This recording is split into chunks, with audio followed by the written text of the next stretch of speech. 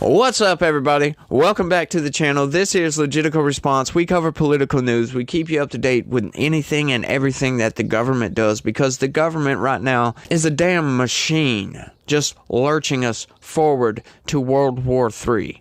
Just look at what's going on all across the world. We've got war in Europe, and they're saying you're a bigot and you're a racist if you don't want to send money to another country to allow them to kill each other, right? All because Putin's an evil dictator and he invaded a small section of another country that nobody really cares about, right? They've got people up in arms over this. Nobody really knew what Ukraine was before Putin invaded, right? But now all of a sudden these people are so behind the Ukraine movement, right? Defending democracy over there. It's absolutely crazy when you have such contradictory statements, like you have people on the left who are totally opposed to the military industrial complex, and at the same time they call you a Russian propagandist if you don't want to send $60 billion to Ukraine.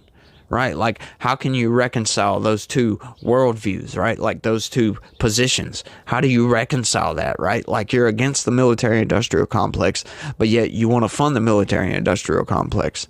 That's what you're saying when you try to come at me with those two different positions.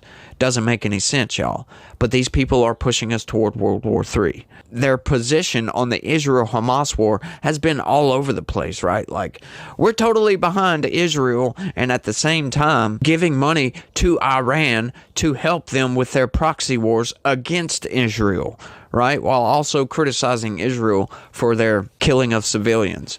Right, which that is a genuine criticism.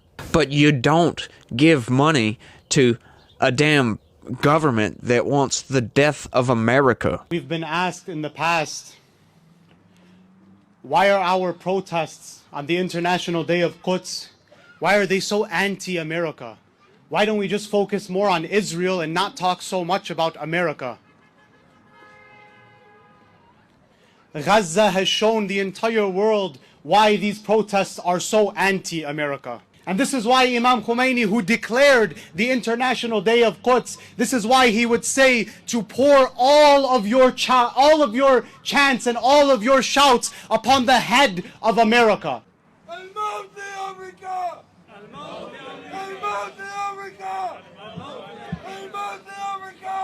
By the way, that was a rally somewhere in the United States. I'm not sure exactly where. I just saw that clip and had to throw it in there because those are American people actually screaming death to America, right? These people just do not care. Do not care at all about this country whatsoever. And these people are in this country. We have congresswomen who are pro-Hamas, right? Like, they could care less about the American people. But enough of my rant. Let's get into the story right quick because, yeah, it looks like World War III is coming sooner than we think. Check it out, y'all. Pompeo hits Biden over response to Iran threat. Not even a deterrent. So, in case you didn't know, Iran launched a butt-ton of suicide drones at Israel. Now we know that Israel is probably going to destroy all of these drones, or most of them, but that's a significant escalation, right? Like Iran, with the help from United States, because we gave them like $6 billion recently, apparently seized assets, we just gave it back to them. Like, what the hell is Joe Biden thinking, right? This guy is destroying this country, depletes our damn oil reserves, and then tries to start wars in foreign countries, right? Like, giving Iran that money was the stupidest thing he could do. Like, do you really think that Iran is not going to use that money to fund their proxies, right? Like, we're fighting the Houthi rebels in the Red Sea. We're trying to do everything we can to stop war in Israel, it seems like. But yet, at the same time, it seems like they're in the background just trying to start war. And why is that? They want war. These people, the machine, likes to fund the military-industrial complex because the military-industrial complex gives them money, right? They have lobbyists in Washington, D.C. who like, yes, war is good. War is not good, y'all. But let's get into the story.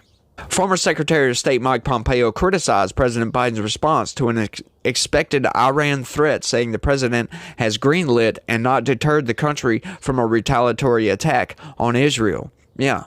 Biden warned Friday that Iran attack could happen over the weekend, which it has.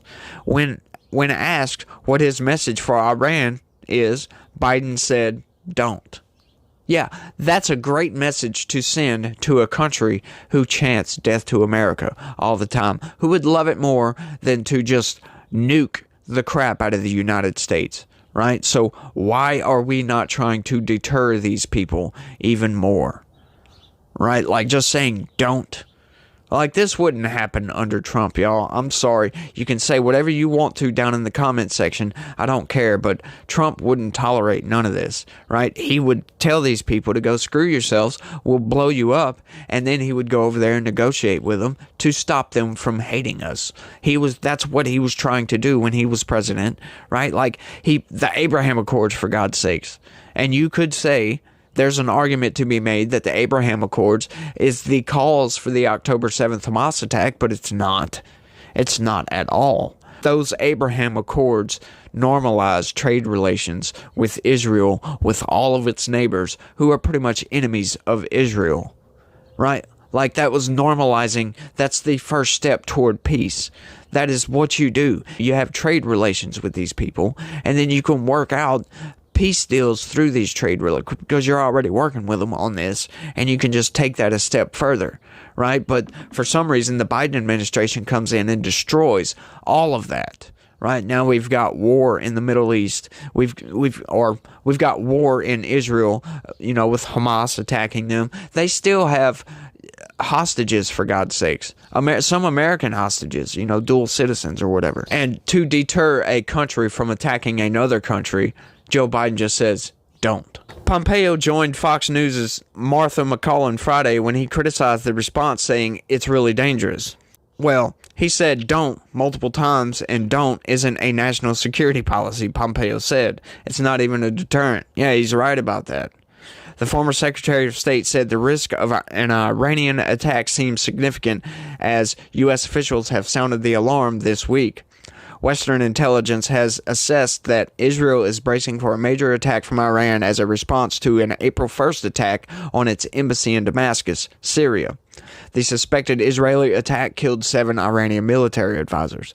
Americans have been told to avoid travel in Israel. U.S. troops have been moved to new positions in the Middle East, and fears of a greater regional war continue. Pompeo said Biden and the United States' response has already failed.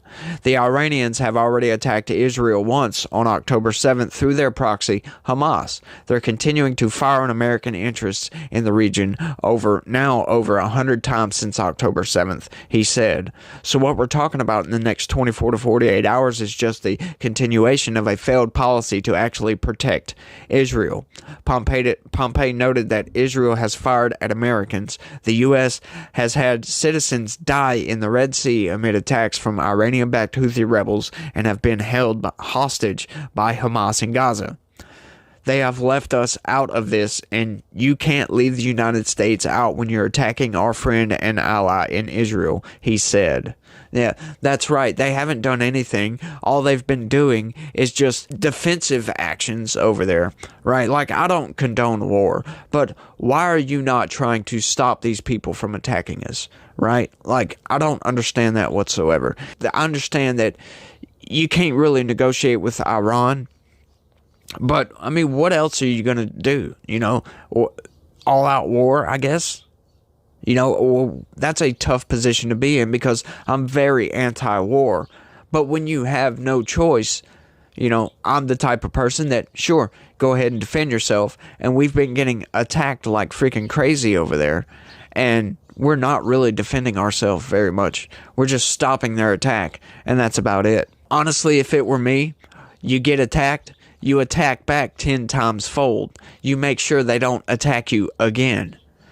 But the Biden administration is projecting weakness over there. That's all they've been doing, right? With their position on Israel and Hamas, right? Like, it just doesn't make any sense to me what they're trying to do with that. Pompeo added that the administration's message is a green light for a regime that has made very clear their intention is to destroy Israel and the United States. His comments Friday echo remarks he made last month when he accused the Biden administration of having a soft spot for Tehran. The former Secretary of State, who has been an outspoken critic of Biden's foreign policy, said at the time that it is not possible to negotiate with Iran. And yeah, I would probably have to agree with that.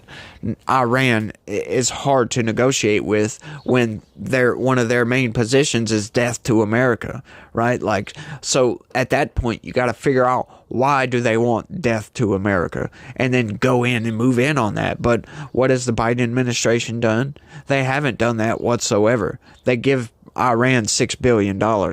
Why? I wonder why they would do that. That doesn't make any sense at all. But Biden has done nothing but project weakness on the world stage. Nothing but project weakness by not having a single hard position on anything. He didn't attempt at all to deter Putin from invading Ukraine. Right? Like, Putin, I'm sure he wanted to invade Ukraine since 2014.